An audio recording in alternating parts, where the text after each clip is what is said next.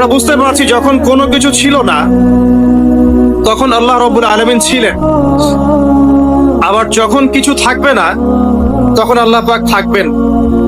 কুল্লু মান আলাইহা ফান ওয়া ইয়াবকা ওয়াজহু রাব্বিকা যুল জালালি ওয়াল ইকরাম। সমস্ত কিছু ফানা হয়ে যাবে, শুধুমাত্র আল্লাহ রাব্বুল আলামিনের সত্তা জাত এটা বাকি থাকবে। তার মানে আল্লাহ পাকের শুরু, আল্লাহ পাকের শেষ। আল্লাহর কোনো শুরু নাই, আল্লাহর কোনো শেষ নাই। এখন কেউ যদি প্রশ্ন করে যে আল্লাহ সবকিছু সৃষ্টি করেছেন, তাহলে আল্লাহকে কে সৃষ্টি করলো? নাউজুবিল্লাহ। তো তখন আমরা বলবো যদি কেউ আল্লাহকে সৃষ্টি করতো তাহলে তো সেই সৃষ্টিকর্তা হয়ে। এভাবে এক এক করে যদি আমরা পিছনের দিকে যেতে থাকি তাহলে একটা পর্যায়ে গিয়ে তো আমাদেরকে থামতে হবে। আমরা যেখানে গিয়ে থামছেন সেটাই হচ্ছে আল্লাহ রাব্বুল আলামিন। আল্লাহ পাকের আগে কিছুই ছিল না, বরং অতীত, বর্তমান, ভবিষ্যৎ এটা সময়ের মধ্যে আছে, যে সময়ের মধ্যে আমরা বাস করছি।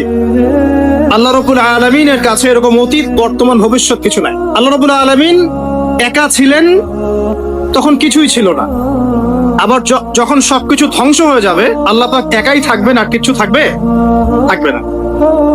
এখন আল্লাহ পাক সর্বপ্রথম সৃষ্টি করলেন আরশে আজিম। কি সৃষ্টি করলেন? এবং আরশটা পানির উপরে ছিল। কিসের উপরে? পানির উপর। এরপরে আল্লাহ রাব্বুল আলামিন সৃষ্টি করেছেন কলম। আল্লাহ পাকের কাছে লাউহে মাহফুজ আছে। লাউহে মাহফুজ মানে সুরক্ষিত একটা ফলক।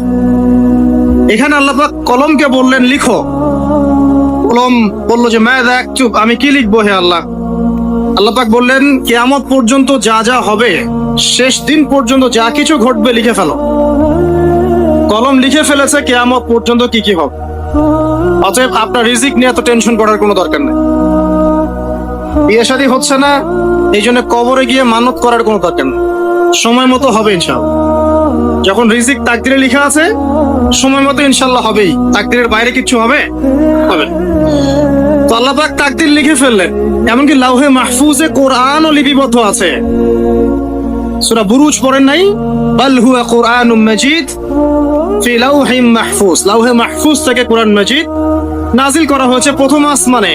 এরপর প্রথম আসমান থেকে আস্তে আস্তে ধাপে ধাপে বিভিন্ন ঘটনার পালাক্রমে রাসূলুল্লাহ সাল্লাল্লাহু আলাইহি ওয়াসাল্লামের কলবের মধ্যে জিবরাইল আলাইহিস সালামের মারফতে ওহী করা হয়েছে। এই হলো কোরআন, যেটা নাজিল হতে সময় লেগেছে 23 বছর। তো লাউহে মাহফুজ আল্লাহ রাব্বুল আলামিন সব লিখে ফেললেন। এভাবে 6 দিন, আল্লাহ পাকের হিসেবে 6 দিন কত লম্বা আল্লাহ ভালো জানেন। 6 দিনে আল্লাহ রাব্বুল আলামিন এরপর সৃষ্টি করলেন পুরো মহাবিশ্ব। পুরো মহাবিশ্ব বলতে আমি শুধু পৃথিবীর সৌরজগৎ বোঝাচ্ছি না।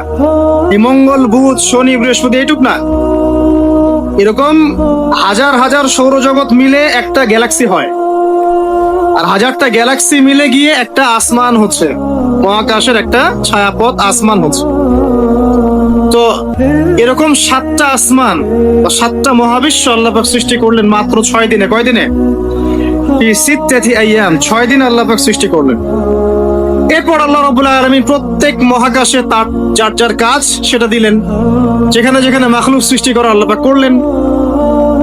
আল্লাহ রাব্বুল আলামিন মালায়েকা সৃষ্টি করলেন নূর দিয়ে। কি দিয়ে?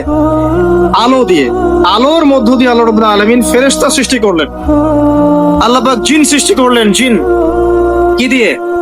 আগুন দিয়ে। একদম যেটা উত্তপ্ত আগুন, লাল আগুন, সেই আগুন দিয়ে আল্লাহ পাক জিন জাতিকে সৃষ্টি করলেন। সৃষ্টি করার পর আল্লাহ রাব্বুল আলামিন জিন জাতিকে পৃথিবীতে পাঠিয়েছেন। কোথায়? আর এখন মানুষ পৃথিবীতে যা করছে, জিন জাতীয় কিছুটা এরকমই কাজ করেছে, বরং তার চেয়ে হয়তো বেশি করেছে। পৃথিবীতে সে ফিতনা আর ফাসাদ সৃষ্টি করেছিল। এক পর্যায়ে আল্লাহ রাব্বুল আলামিন জিন জাতিকে ধ্বংস করে দিলেন। কিছু কিছু জিনকে আল্লাহ পাক অবশিষ্ট রাখলেন, যেগুলো পাহাড়ে, পর্বতে, বিভিন্ন জায়গায়, সমুদ্রে আশ্রয় নিল। পাহাড়ি এলাকাগুলোতে জিন থাকে, গভীর সমুদ্রে জিন থাকে, হ্যাঁ, জঙ্গলে জিন থাকে। এরকম কিছু জায়গা আছে এগুলোর মধ্যে জিনরা থাকে। ওদেরকে ডিস্টার্ব করতে গেলে সমস্যা, আপনাকে ধরে ফেলবে। আর যদি প্রতিদিন সকাল সন্ধ্যার জিকির আজকার ঠিকঠাক মতো না করেন, কোরআন তেলাওয়াত ঠিকঠাক মতো না করেন, নামাজি না হন, আর পবিত্র না থাকেন, তাহলে জিন ধরার সম্ভাবনা বেশি। আর আমার মনে হয় এখনকার যে মেয়েগুলো রাস্তাঘাটে ঘোরাফেরা করে, এদের বেশিরভাগই জিন ধরা। আছে, এমনি এমনি বলি নাই। এটা আপনাকে বুঝতে হলে আল্লাহ এবং তার রাসূলের চোখ দিয়ে দেখতে হবে তো, কারণ তাদের চাল চলন স্বাভাবিক না, কিছু একটা ওদের উপর ভর করেছে। ভরটা করার কারণে তার চাল চলন আজকে এমন হয়ে গেছে। এবং বহু মেয়ের ঘটনা এমন শোনা যায় যে সরাসরি তারা জিন দ্বারা ইফেক্টেড হয়। দেখেন না, রুকিয়া করতে হয়, শরঈ ভাবে রুকিয়া করতে হয়। তো খেয়াল রাখবেন, সকাল সন্ধ্যার জিকির আজকার ঠিক রাখবেন, কোরআন তেলাওয়াতটা ঠিক রাখবেন, নামাজি হবেন, পাক পবিত্র থাকবেন, জিন আপনাকে কোনো ক্ষতি করতে পারবে না ইনশাআল্লাহ। জিনরা কিন্তু রাসূল সাল্লাল্লাহু আলাইহি ওয়াসাল্লামেরও ক্ষতি করার চেষ্টা করেছিল। আল্লাহর রাসূল সাল্লাল্লাহু আলাইহি ওয়াসাল্লাম ওটাকে ধরেছিলেন, ধরে মসজিদের খুঁটির সাথে বেঁধে রেখেছে। নামাজের মধ্যে জিন আমাদের নবীকে ডিস্টার্ব করেছিল, আল্লাহ রাসূল ওই জিনকে ধরেছে, ধরে খুঁটির সাথে বেঁধে রেখেছে। তারপরে তার মনে পড়লো সুলাইমান আলাইহিস সালামের কথা। সুলাইমান আলাইহিস সালাম বলেছিল আল্লাহকে, আল্লাহ আমাকে যে ক্ষমতা তুমি দিয়েছো, আমার পরে কাউকে এই ক্ষমতা আর দিও না। আর সুলাইমান আলাইহিস সালামকে আল্লাহ পাক জিন জাতিকে অনুগত করে দিয়েছিলেন। সুলাইমান আলাইহিস সালামের নির্দেশে জিন জাতি বিভিন্ন কাজ করত, এমনকি সমুদ্রের মধ্যে ডুবুরির কাজও করত, সমুদ্রের ভিতর থেকে রত্ন বের করে নিয়ে আসতো। এগুলো কিন্তু অনেক রূপকথা নয়, সত্য ঘটনা। তখন নবী সাল্লাল্লাহু আলাইহি ওয়াসাল্লাম বললেন যে আমার ভাই সুলাইমানের কথা আমার মনে পড়ে গেল, তাই আমি জিনটাকে ছেড়ে দিলাম। তো আল্লাহ পাক জিন জাতিকে সৃষ্টি করে এই পৃথিবীতে পাঠানোর পর তারা এরকম ফিতনা এবং ফাসাদ সৃষ্টি করার পরে আল্লাহ পাক ওদেরকে ধ্বংস করে দেন। দেওয়ার পরে আরো অনেক যুগ এবং অনেক শতাব্দী কেটে যায়। কত যুগ কত শতাব্দী আল্লাহ ভালো জানেন। অনেক লম্বা সময় পরে গিয়ে আল্লাহ রাব্বুল আলামিন ফেরেশতাদেরকে ডাকেন। কাদেরকে ডাকেন? তাদেরকে ডেকে বলেন, ওয়াইজ ক্বালা রাব্বুকা লিল মালায়েকা, স্মরণ করো নবী সেই সময়ের কথা যখন তোমার রব ফেরেশতাদেরকে ডাকলেন, ডেকে বললেন, ইন্নী জাইলুন ফিল আরদি খলিফা, হে ফেরেশতা মণ্ডলী, আমি পৃথিবীতে আমার খলিফা পাঠাতে চাই। কি পাঠাতে চাই ভাই? খলিফা। খলিফার দুটো অর্থ, একটা হচ্ছে ওই যে জিনরা যে চলে গেল, ওর স্থলাভিষিক্ত হয়ে আরেকটা জাতি, স্থলাভিষিক্ত হওয়া। আরেকটা ব্যাখ্যা হচ্ছে খলিফা শব্দের মানে হচ্ছে যে ব্যক্তি আল্লাহ পাকের বিধান অনুযায়ী পৃথিবীতে বিচার ফয়সালা করে, সে আল্লাহর খলিফা। আমি কি বুঝাতে পারছি? আল্লাহ পাক ফেরেশতাদেরকে বললেন, আমি পৃথিবীতে আমার খলিফা পাঠাতে চাই, প্রতিনিধি এবং যে আল্লাহর বিধান দ্বারা বিচার ফয়সালা করে। তখন ফেরেশতারা বলছেন, ক্বালু, ফেরেশতারা বলছেন, আতাজআলু ফিহা মান ইউফসিদু ফিহা ওয়া ইয়াসফিকু দিমা, হে আল্লাহ, আপনি কি এমন কোন সৃষ্টিকে আবার পৃথিবীতে পাঠাতে চান যে পৃথিবীতে গিয়ে ফিতনা ফাসাদ সৃষ্টি করবে অথবা রক্তপাত ঘটাবে? ফেরেশতারা এই কথা কিভাবে বলতে পারলো? হ্যাঁ, জিন জাতির অভিজ্ঞতার আলোক। ঠিক আছে। তখন আল্লাহ পাক বলছেন, ইন্নী আ'লামু মা লা তা'লামুন, দেখো আমি যা জানি তোমরা তা জানো না। মানে তারা ফিতনা ফাসাদ সৃষ্টি করতে পারে, কিন্তু আমার কিছু মুখলেস বান্দা থাকবে যারা এই পথে পা বাড়াবে না। আচ্ছা, এবার আল্লাহ রাব্বুল আলামিন আদম আলাইহিস সালামকে সৃষ্টি করলেন। আল্লাহ পাক নিজের হাত দিয়ে আদম আলাইহিস সালামকে সৃষ্টি করেছেন। সূরা সাদের মধ্যে আল্লাহ পাক বলেছেন, দেখুন মহাবিশ্বের কোন সৃষ্টির ব্যাপারে বলা হয়নি যে খলাকতু বিয়াদাই, আমি নিজ হাতে তাকে সৃষ্টি করেছি।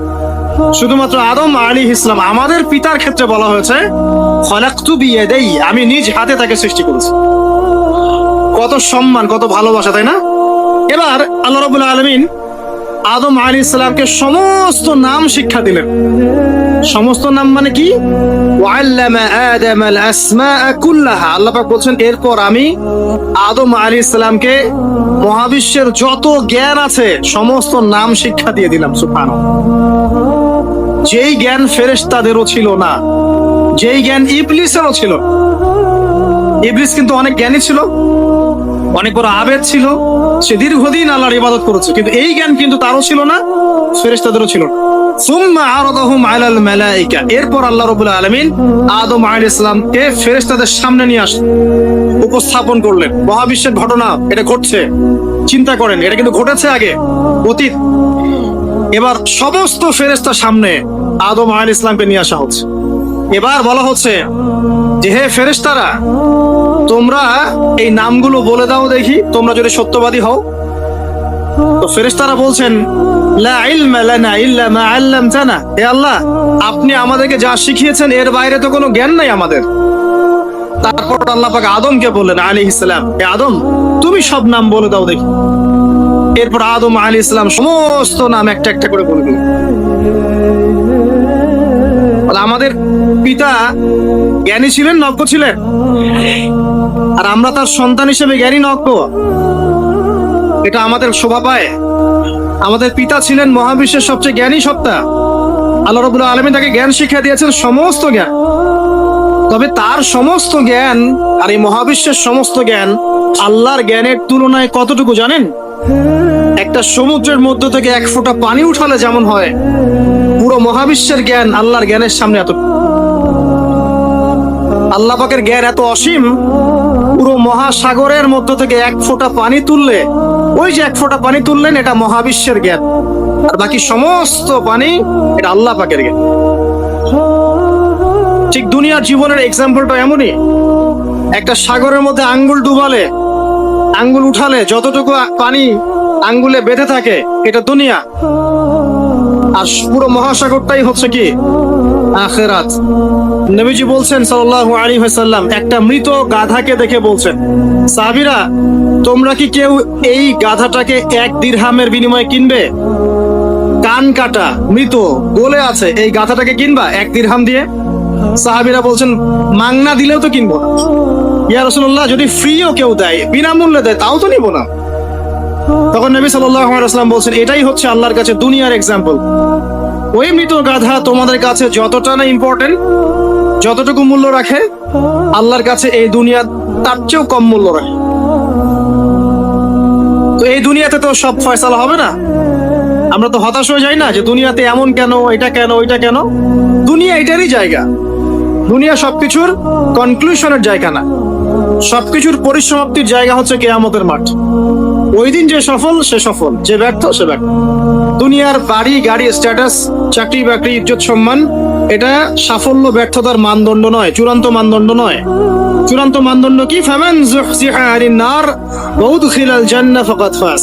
যাকে জাহান্নাম থেকে বাঁচানো হবে, জান্নাতে প্রবেশ করানো হবে, পুলসিরাত পার হতে পারবে, এই একমাত্র ব্যক্তি সফল। সাফল্যের সংজ্ঞাটা জেনে রাখবেন, তাহলে আপনি দুনিয়াতে হতাশ হবেন না ইনশাআল্লাহ। এবার কি হলো, যখন আদম আলাইহিস সালাম সমস্ত নাম শিক্ষা দেওয়া সমস্ত নাম বলে দিলেন, এখানে নাম মানে কিন্তু খালি নাম নয়, জ্ঞান বলে দিলেন, তখন আল্লাহ রাব্বুল আলামিন ফেরেশতাদেরকে বললেন, তোমরা সবাই এখন আদমকে সিজদা করো। ওয়া ইয কুলনা লিল মালাইকাতি ইসজুদু লি আদম। আল্লাহ পাক এবার বলছেন, আমি সমস্ত মালায়েকাকে বললাম তোমরা আদমকে সিজদা করো। ফাসাজাদু, সবাই সিজদা করলো, ইল্লা ইবলিস, ইবলিস সিজদা করলো না। কেন করলে না? ইবলিসকে বলা হচ্ছে, ইয়া ইবলিস মা মানাকা আল্লা তাসজুদা ইয আমারতু, তোমাকে কে নিষেধ করলো সিজদা করতে ওই আদমকে যাকে আমি আদেশ করেছি? কে নিষেধ করলো? তখন ইবলিস বলছে, খালাকতানি মিন নার ওয়া খালাকতাহু মিন তিন, আমাকে সৃষ্টি করেছেন আগুন দিয়ে আর আদমকে সৃষ্টি করেছেন মাটি দিয়ে, আমি কিভাবে তাকে সিজদা করতে পারি? ইবলিস বলতে চাইলো যে আপনি যে বলছেন আদমকে সিজদা করো, আদম তো মাটির তৈরি, আমি তো আগুনের তৈরি, তাহলে আপনি ভুল বলছেন। নাউজুবিল্লাহ। আগুন কেন মাটির সামনে নত হবে? মাটি আগুনের সামনে নত হওয়া উচিত। তার কেয়াস হচ্ছে এমন। কেয়াস মানে কি? তার এটা কি?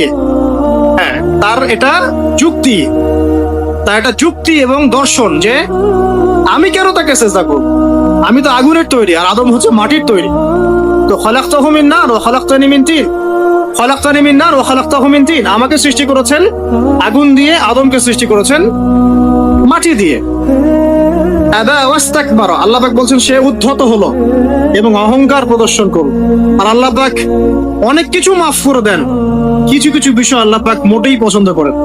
তার মধ্যে একটা হচ্ছে অহংকার, তার মধ্যে একটা হচ্ছে শিরক, তার মধ্যে একটা হচ্ছে অন্যের হক নষ্ট করা, তার মধ্যে একটা হচ্ছে আদম সন্তানকে হত্যা করা, তার মধ্যে একটা হচ্ছে বৃদ্ধ বয়সে ব্যভিচার করা, তার মধ্যে একটা হচ্ছে মুরতাদ হয়ে যাওয়া। ওই যে খ্রিস্টান হয়ে যাচ্ছেন না, খালি মরেন তারপর বুঝবেন, খালি মালাকুল মউত আসুক তারপর বুঝবেন।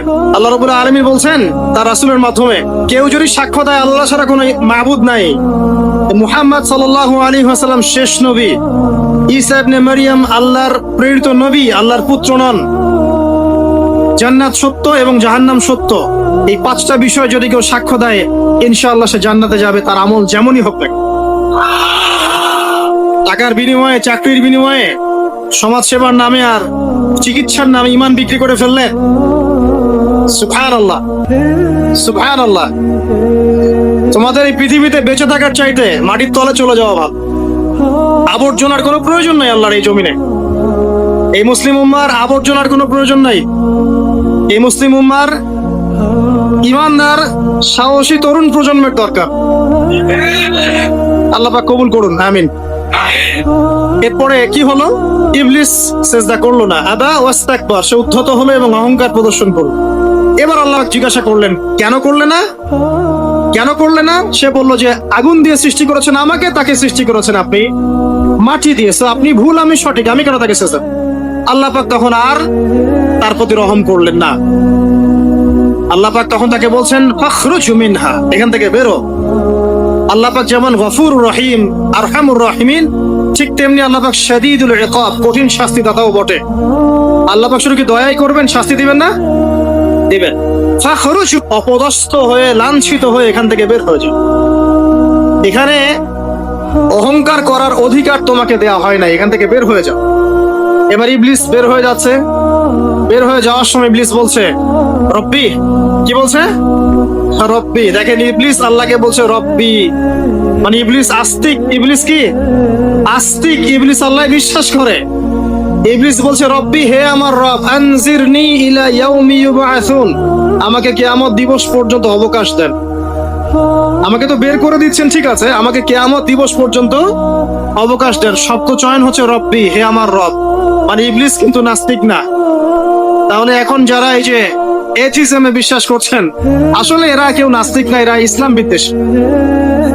কখনো দেখবেন না তাদেরকে অন্য ধর্মের কোনো বিষয় নিয়ে কটু মন্তব্য করছে, প্রশ্ন উত্থাপন করছে, এমনটা খুব কমই দেখবেন। এটা যত মাথা ব্যথা ইসলাম নিয়ে। এখানে দেখেন ইবলিসের কথা বলছি, ইবলিস কিন্তু আস্তিক। ইবলিস কি বলছে? রব্বি আনজিরনি ইলা ইয়াউমি ইউবআসুন, হে আমার রব। ইবলিস জানে যে আল্লাহ তার রব।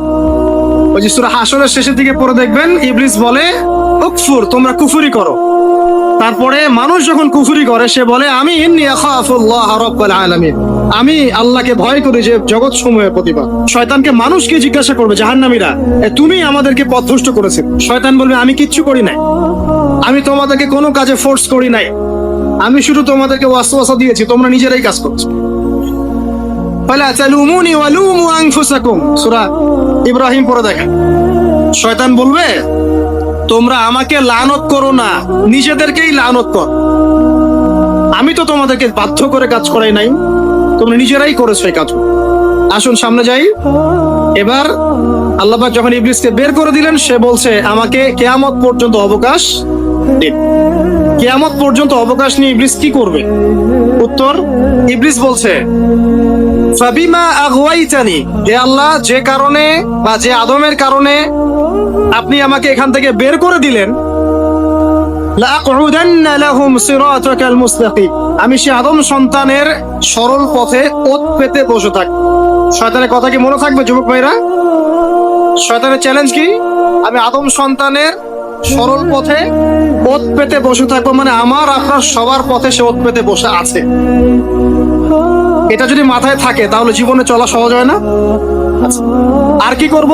সুম্মা লাআতিয়ান্না মিন বাইনি আইদিহিম, শুধু বসেই থাকবো না, আমি আসবো তাদের সামন থেকে, ওয়া মিন খালফিহিম, তাদের পিছন থেকে, ওয়া আন আইমানিহিম, তাদের ডান দিক থেকে, ওয়া আন শামাইলিহিম, তাদের বাম দিক থেকে, ওয়ালা তাজিদু আকসারাহুম শাকিরিন, হে আল্লাহ, আপনি বেশিরভাগ আদম সন্তানকে শুকরগুজার পাবেন না। কার কথা? শয়তানের এই কথাটা কি সত্য না মিথ্যা? এখন বেশিরভাগ লোক নামাজ পড়ে না পড়ে না? পড়ে। বেশিরভাগ মুসলিমের দাড়ি আছে না নাই? বেশিরভাগ মুসলিম সুদ খায় না খায় না? এখন বেশিরভাগ তরুণ প্রজন্ম জেনায় আছে না নাই? পর্নোগ্রাফি সবাই দেখে না দেখে না? অন্যের সম্পদ আত্মসাৎ মানুষ করছে না? দুর্নীতি করছে না? ঘুষ খাচ্ছে না? ইসলামের বিধান 100% পালন করে কত পার্সেন্ট মানুষ? খুব কম। আচ্ছা বাদ দেন এত বড় বড় কথা, শুধু কোরআনুল কারীম তেলাওয়াত করতে পারে কতজন মানুষ? বলি না আমরা 90% মুসলিমের বাংলাদেশ, তো 90% মুসলিমের বাংলাদেশে কত ভাগ মুসলিম কোরআন তেলাওয়াত করতে পারে? একটা শুমারি করে দেখেন, কোরআন শুমারি। এটা কোরআন শুমারি করে দেখেন যে কত পার্সেন্ট মুসলিম শুদ্ধ করে কোরআন পড়তে পারে। যারা পড়তে জানে তাদেরও পড়া যে কত ভুল আছে আলেম ওলামার কাছে গেলে বুঝতে পারবো।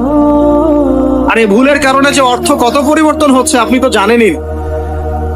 তো এই যে শয়তান বলেছে ওয়ালা তাজিদু আকসারাহুম শাকিরিন, আপনি বেশিরভাগকেই শুকরগুজার পাবেন। তো কথা সত্য না মিথ্যা? দেখেন ও কিন্তু তার মিশনের মধ্যে ঠিকই আছে। কথা যে সত্য তার প্রমাণ সহিহ বুখারীর একটা হাদিস, যেটা 4 বার এসেছে বুখারীর মধ্যে, যে আদম আলাইহিস সালামকে ডাকা হবে কিয়ামতের মাঠে, ডেকে বলা হবে তোমার সন্তানদের মধ্য থেকে জাহান্নামীদেরকে আলাদা করে দাও।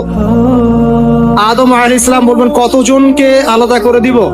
আল্লাহ পাক বলবেন প্রতি 1099 জনকে জাহান্নামের জন্য আলাদা করে দাও। শয়তানের কথা ঠিক না বেঠিক? এবার আল্লাহ রাব্বুল আলামিন তাকে বের করে দিলেন।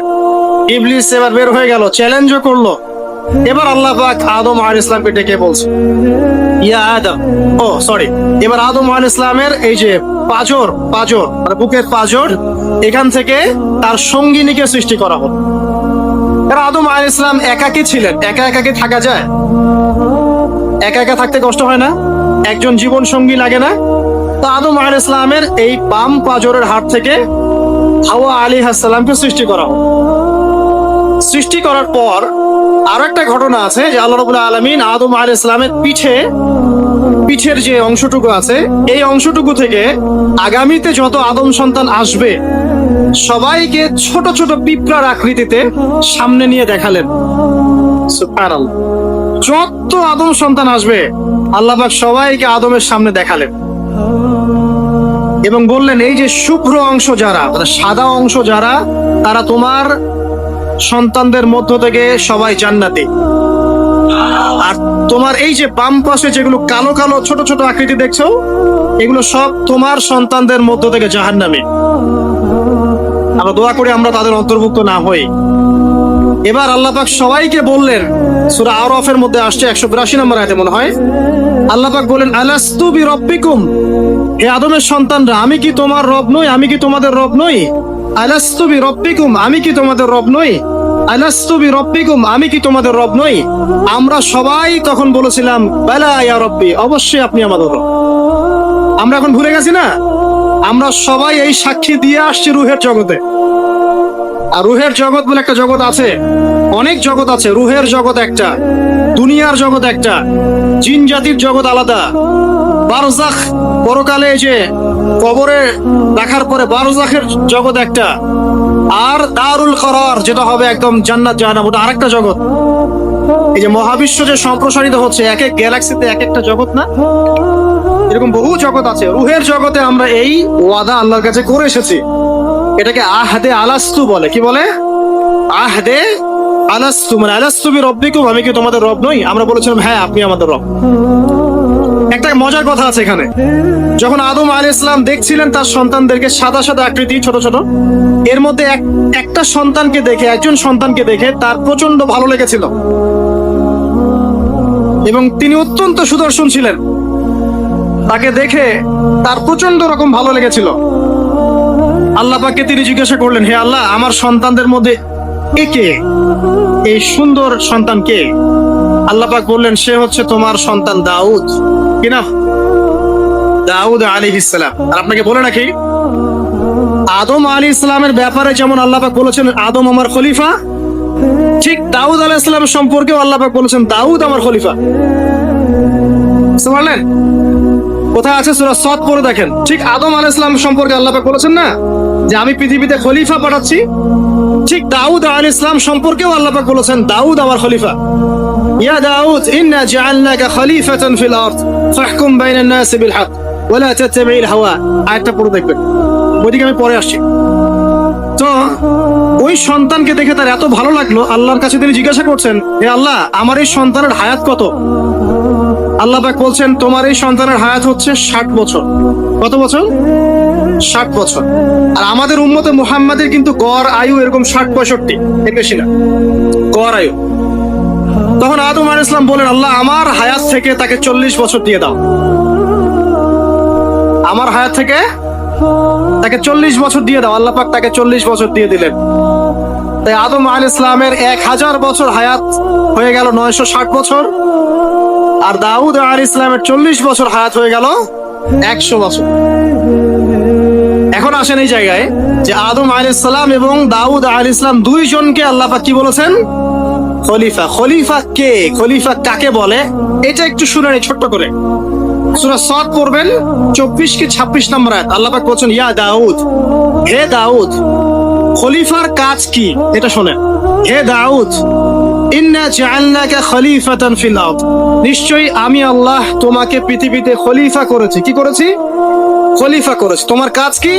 ফাহকুম বাইনান নাসি বিল হক, মানুষের মাঝে আল্লাহর বিধান দ্বারা হকের মানদণ্ডে বিচার ফয়সালা করবে।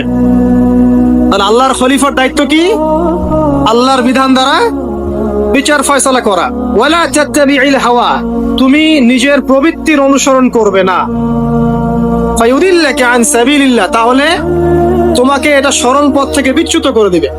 ইন্নাল্লাযীনা ইউদিল্লুনা আন সাবিলিল্লাহ, নিশ্চয়ই যারা আল্লাহর পথ থেকে বিচ্যুত হয়ে যায়, লাহুম আযাবুন শাদীদ, তাদের জন্য কঠিন শাস্তি আছে। বিমা নাসু ইয়াউমাল হিসাব, এই কারণে যে তারা হিসাবের দিনটা ভুলে গেছে। এই আয়াত থেকে খলিফার ফাংশন বুঝতে পারলেন? খলিফার ফাংশন কি? আপনি যা ইচ্ছা তাই ফয়সালা করবেন, নিজের মন গড়া যা ইচ্ছা রচনা করবেন। ফাহকুম বাইনান নাসি বিল হক, মানুষের মধ্যে হকের মানদণ্ডে বিচার ফয়সালা করো। হকটা কি জিনিস? আমার দর্শন হক, আমার ফিলোসফি হক, আমার যুক্তি, আমার বিজ্ঞান, এগুলোই হকের মানদণ্ড। হকের মানদণ্ড কি? কোথায় উত্তর আছে? কোরআনেই উত্তর আছে। কোন সূরা? সূরা কাহফ। কত নম্বর আয়াত? আয়াত নাম্বার 29। আল্লাহ পাক বলছেন, ওয়া কুলিল হাক্কু মির রাব্বিকুম, হক সেটাই যা তোমার রবের পক্ষ থেকে নাযিল। কথা কি ক্লিয়ার? হক কি জিনিস? যা তোমার রবের পক্ষ থেকে নাজিল হয়। ফামান শাআ ফালইউমিন, যার ইচ্ছা হয় সে স্বীকার করুক। ওয়া মান শাআ ফালইয়াকফুর, যার ইচ্ছা হয় সে অস্বীকার। ইন্না আ'তাদনা লিযালিমিনা নারান, অস্বীকারী জালেমদের জন্য আমি আগুন প্রস্তুত করে রেখেছি। এখানে আপনি হকের সংজ্ঞা পেলেন এবং হকের মানদণ্ডে বিচার ফয়সালা করলে পরে খলিফা হয়। যদি আল্লাহ পাকের হকের মানদণ্ডে কেউ ফয়সালা না করে, সে আল্লাহর খলিফা নয়, সে শয়তানের খলিফা। কথা কি ক্লিয়ার? আচ্ছা, এখন যদি আপনি বাধ্য হন কোনো ক্ষেত্রে, সেটা আলাদা বিষয়। বাধ্য হয়েছেন সেটা আলাদা বিষয়, কিন্তু আকীদা স্পষ্ট থাকতে হবে যে আল্লাহ রাব্বুল আলামিনের বিধান চূড়ান্ত, এর উপর কোনো বিধান নাই। এখন আপনি আদম এবং দাউদ আলাইহিস সালামের মধ্যে একটা সম্পর্ক বুঝতে পারলেন।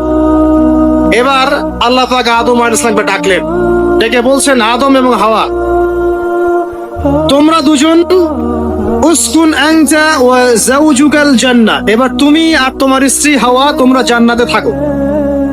ফাকুলা মিনহা রাগাদান হাইথু শি'তুমা, জান্নাতের যেখান থেকে ইচ্ছা তোমরা ফল খাও বা যা ইচ্ছা তাই করো, সবকিছু উন্মুক্ত তোমাদের জন্য জান্নাতে। একটা বিষয়, ওয়ালা তাকরাবা হাযিহিশ শাজারা, এই যে গাছটা দেখছো, এই গাছের কাছেও যাবে না। এখানে শব্দ এমন না যে গাছের ফল খাবে না, শব্দ হচ্ছে এমন গাছের কাছেও যাবে না। যেমন ওয়ালা তাকরাবু জিনা, জিনা করবেন আল্লাহ পাক বলেননি, বলেছেন জিনার কাছেও যাবে না। ওয়ালা তাকরাবু মাল আল ইয়াতীম, ইয়াতীমের মাল খাবে না আল্লাহ পাক বলেন নাই, আল্লাহ বলেছেন ইয়াতীমের মালের কাছেও যেও না। আমি কি বুঝাতে পারছি? এই গাছের কাছেও যেও না। এবার জান্নাতে তারা থাকতে লাগলেন। এবার ইবলিস তো আর হাল ছেড়ে দেয় নাই, সে কি বলেছিল? ডান বাম সামন পিছন সব দিক থেকে আসবে। সে এসে ওয়াসওয়াসা দেয়। কি ওয়াসওয়াসা দেয়? হে আদম, হে আদম, হাল আদুল্লুকা, আমি কি তোমাকে বলে দিব? আলা শাজারাতিল খুলদ ওয়া মুলকিন লা ইয়াবলা, হে আদম, আমি কি তোমাকে বলে দিব এমন একটা গাছের কথা যেই গাছের ফল খেলে পরে তুমি চিরস্থায়ী জীবন লাভ করবে, কোনোদিন মারা যাবে না। এই চিরস্থায়িত্বের টোপ দিচ্ছে কে? এই চিরস্থায়ী ক্ষমতার টোপে মানুষ পথ হারাচ্ছে না পৃথিবীতে। ওয়া মুলকিন লা ইয়াবলা, এমন রাজত্ব পাবে যেই রাজত্ব কখনো ক্ষয় হবে না। চিরস্থায়িত্বের টোপ, রাজত্বের টোপ, এই দুটোই হচ্ছে পৃথিবীতে মানুষকে পথভ্রষ্ট করার শয়তানের অস্ত্র। কথা মনে বুঝতে পারেন না? আমার মাথার উপর দিয়ে আছে, বুঝতে পারবেন ইনশাআল্লাহ। তো টোপ দিচ্ছে দুইটা, হাল আদুল্লুকা আলা শাজারাতিল খুলদ ওয়া মুলকিন লা ইয়াবলা। করতে করতে করতে করতে একদিন সত্যি সত্যি আমাদের পিতামাতা সেই গাছের কাছে চলে গেলেন। যখনই চলে গেলেন, ফালাম্মা যাকা শাজারা, যখন তারা গাছের কাছে চলে গেলেন, বাদাত লাহুমা সাওআতিহিম, তাদের পরনে যে জান্নাতি কাপড় ছিল ধাপাস করে খুলে পড়ে গেল। ইন্না লিল্লাহি ওয়া ইন্না ইলাইহি রাজিউন। আমাদের পিতামাতাকে পুরো মহাবিশ্বে ফেরেশতাদের সামনে জান্নাতে নগ্ন করে দিল ইবলিস। আমি মনে বুঝাতে ব্যর্থ হচ্ছি। আমাদের পিতামাতাকে জান্নাতে ফেরেশতাদের সামনে, সবার সামনে নগ্ন করে কাপড় খুলে ফেললো কে? ইবলিস। তো এখন যে কাপড় খোলার সংস্কৃতি চলছে, কারা এরা? ওরা জিন শয়তান, এগুলো মানুষ শয়তান। শয়তান দুই প্রকার, মিনাল জিন্নাতি ওয়ান নাস, জিন শয়তান আর মানুষ শয়তান। ওই জিন শয়তান এদেরকে ওয়াসওয়াসা দিয়ে দিয়ে নগ্ন করেছে। এরা এখন নগ্নতার আন্দোলন শুরু করেছে, এবং আমি জানি কয়দিন পর এটা বিকিনি পরেও ঘুরবে। অবাক হচ্ছেন? কিয়ামতের আলামতের মধ্যে অন্যতম হচ্ছে মানুষ রাস্তার ধারে ধারে জেনা করবে, রাস্তার মনে মনে জেনা হবে। তখনকার সবচেয়ে ভালো মানুষ হবে সেই ব্যক্তি যে গিয়ে বলবে, বাবা তোমরা জেনা করছো করছো, এই দেয়ালের পিছনে গিয়ে করতে পারলা না। সে হবে সবচেয়ে ভালো মানুষ। এই যে কাপড় খোলার সংস্কৃতি শুরু হয়েছে, এটা কার সংস্কৃতি? বাদাত লাহুমা সাওআতিহিম। আল্লাহ পাক আরো বলছেন, ইয়া বানি আদম, হে আদম সন্তান, লা ইয়াফতিনান্নাকুমুশ শাইতান, শয়তান যেন তোমাদেরকে ফিতনায় ফেলতে না পারে। কামা আখরাজা আবাওয়াইকুম মিনাল জান্নাহ, ঠিক যেভাবে শয়তান তোমাদের পিতামাতাকে জান্নাত, ঠিক যেভাবে শয়তান তোমাদের পিতামাতাকে জান্নাত থেকে